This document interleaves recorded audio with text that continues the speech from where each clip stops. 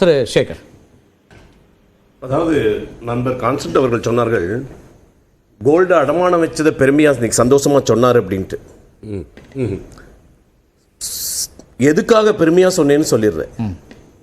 India குடியரசானது 1950 சுதந்திரம் அடைஞ்சா கூட 50 to 90 40 வருஷம். 40 வருஷத்துல 37 ஆண்டுகள் காந்தி கண்ட்ரோல் பண்ண காங்கிரஸ் தான் ஆண்டிட்டு இருந்துச்சு. Accept 77 to 79 and 89 to 91. Gandhi குடும்பம்னு சொல்லு தெளிவா கொஞ்சம். காந்தி பேர் வச்சிட்டு இருந்த குடும்பம், காந்தியோட குடும்பம் இல்ல. ஓகே, காந்தியின் பேர் வைத்திருந்த குடும்பம் தான் கண்ட்ரோல் பண்ணிட்டு இருந்துச்சு. காங்கிரஸ்ல காந்தி கண்ட்ரோல் இல்லாத ஆட்சி 91 இருந்து 96.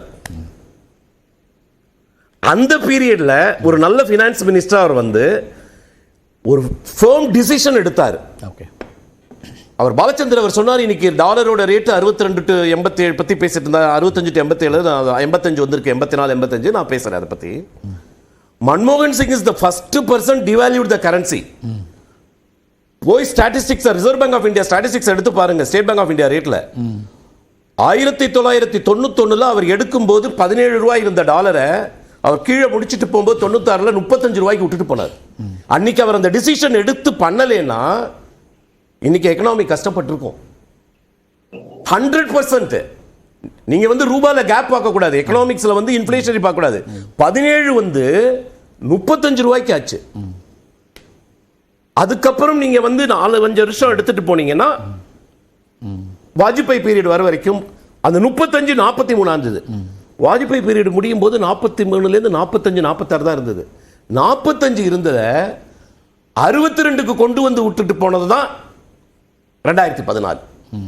அப்ப 45 இருந்து 62 in terms of economic percentage பாருங்க. நீங்க ரூபாய் மாத்திரம் பார்க்க கூடாது, 65 இருந்து 85 பார்க்க கூடாது. 40% உங்க பீரியட்ல ஏறி இருக்கு.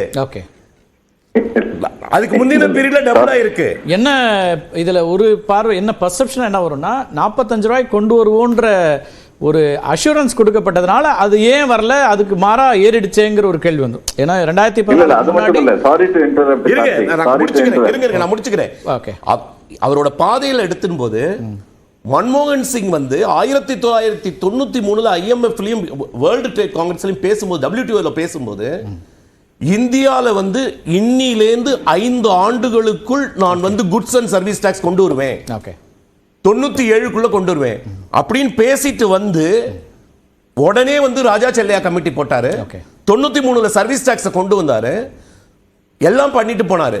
அவரோட விஷனை தான் 2017ல அவர் பிராமிஸ் பண்ணதை, உலகத்துக்கு பிராமிஸ் பண்ணதை போல்டா எடுத்துட்டு வந்தது தான் இப்ப இருக்கிற கவர்மெண்ட். நீங்க அந்த விஷன் நீங்க எடுத்து பாத்தீங்கன்னா, உண்மையை சொல்லணும் அப்படின்னா, அவர் குளோபலைசேஷன் சொன்னதை தான் இப்ப இருக்கிற பிரைம் மினிஸ்டர் வசுதேவ குடும்பம்னு சொன்னார். ஓகே, சரி, அப்படிதான் இருக்கான்னு நம்ம பாலச்சந்திரன் சார் வர உங்கள்கிட்ட ஜோதி சிவஞானம் சார் கேட்டு அப்படி